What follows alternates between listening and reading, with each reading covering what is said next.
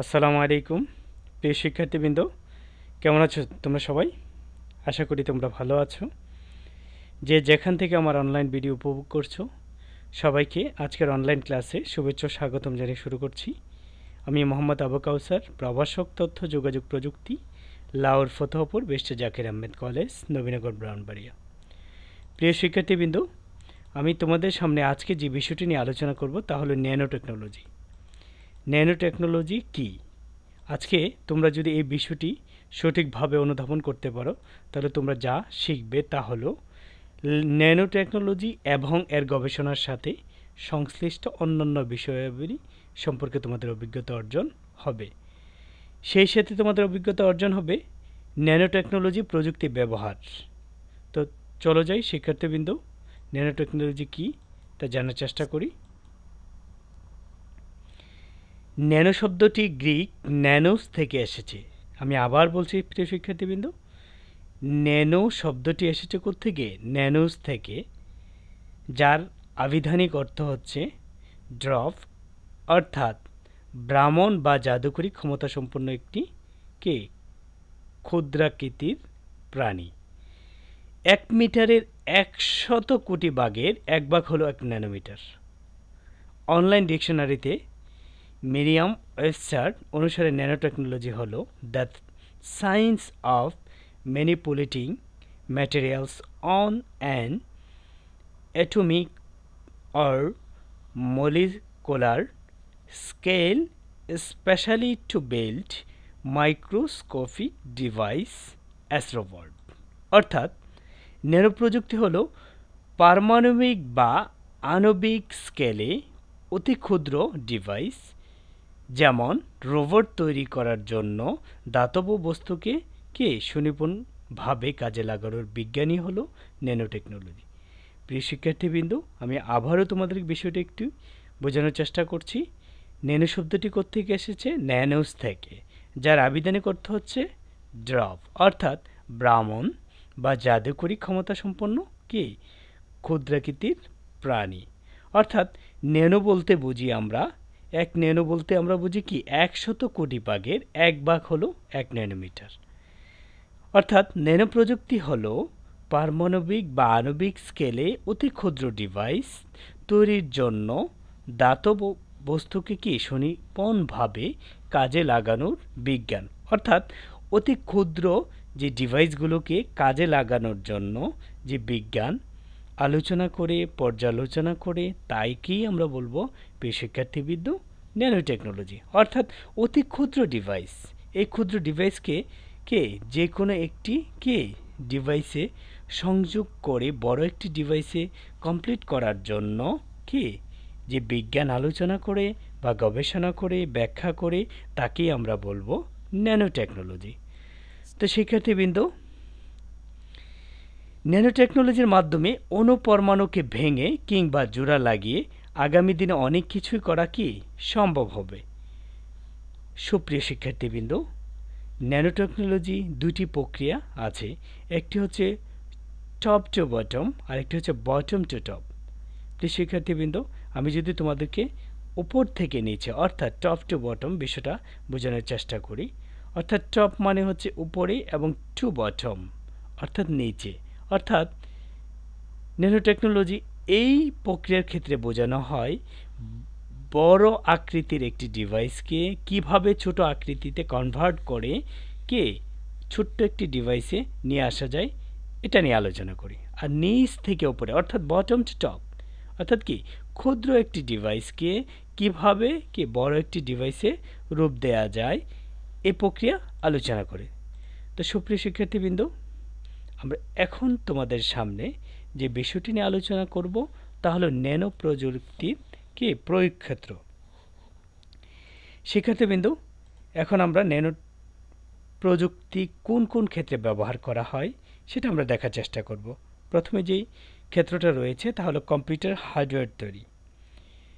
অর্থাৎ computer hardware তৈরি করার ক্ষেত্রে ন্যানো প্রযুক্তি ওতপ্রোতভাবে জড়িত।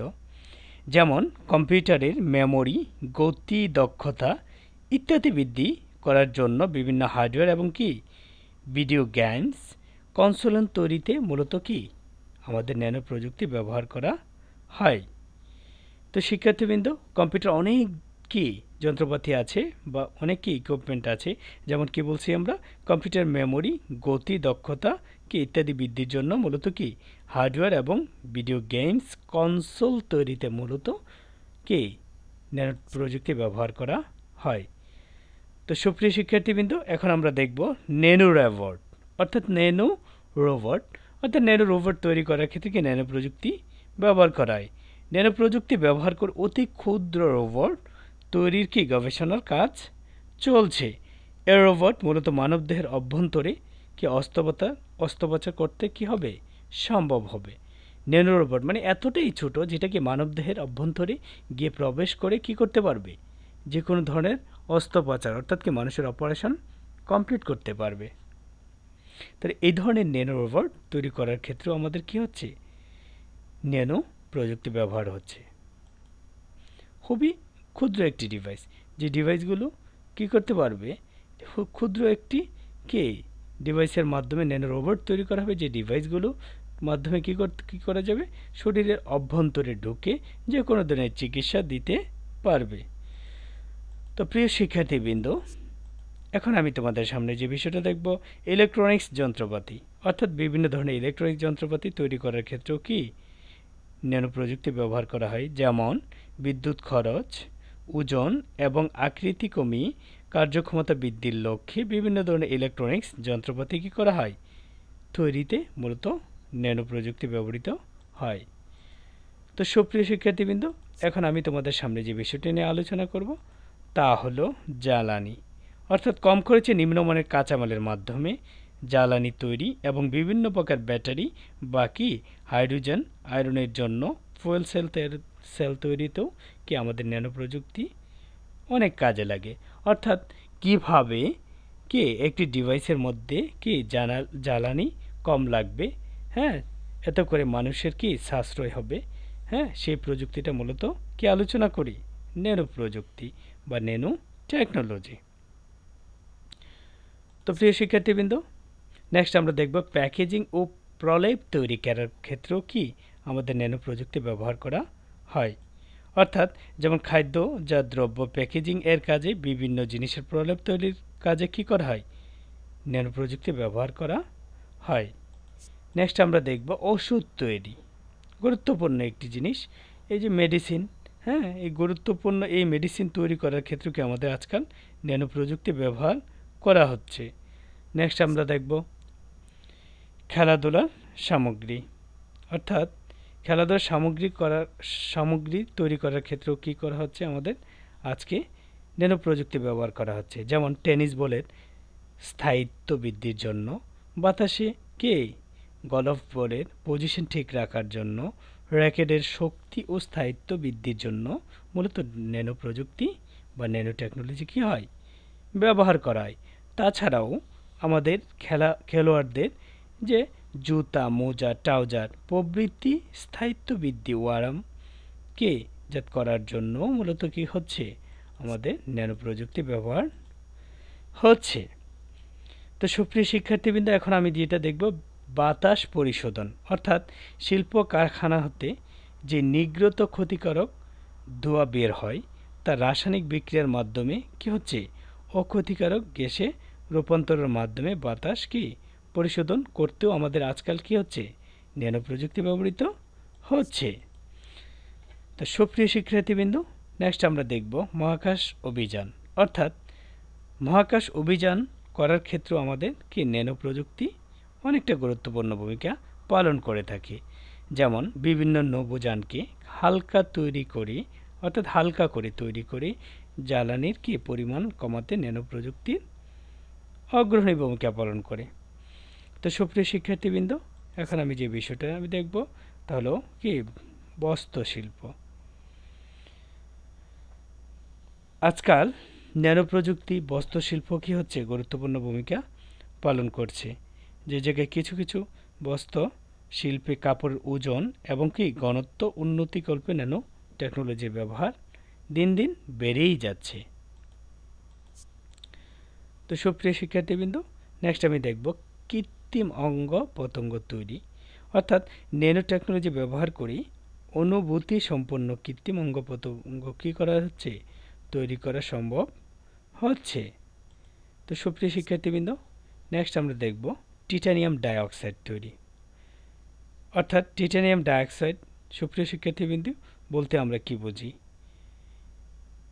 টিটানিয়াম ডাইঅক্সাইড তৈরি করার ক্ষেত্রে আজকাল আমাদের কি হচ্ছে, ন্যানো প্রযুক্তির ব্যবহার বহুলভাবে ব্যবহৃত।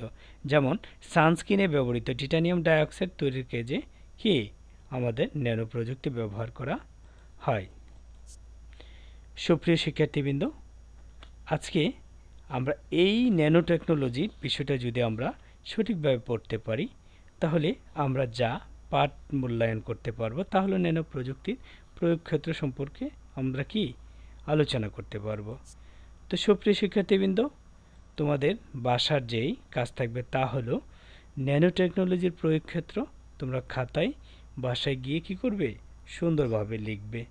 এত করে তোমাদের যেই ছোটোখাটো যে ভুল ত্রুটিগুলো আছে সেগুলো সংশোধন করার জন্য আমার কি অনেকটাই ভূমিকা পালন করবে।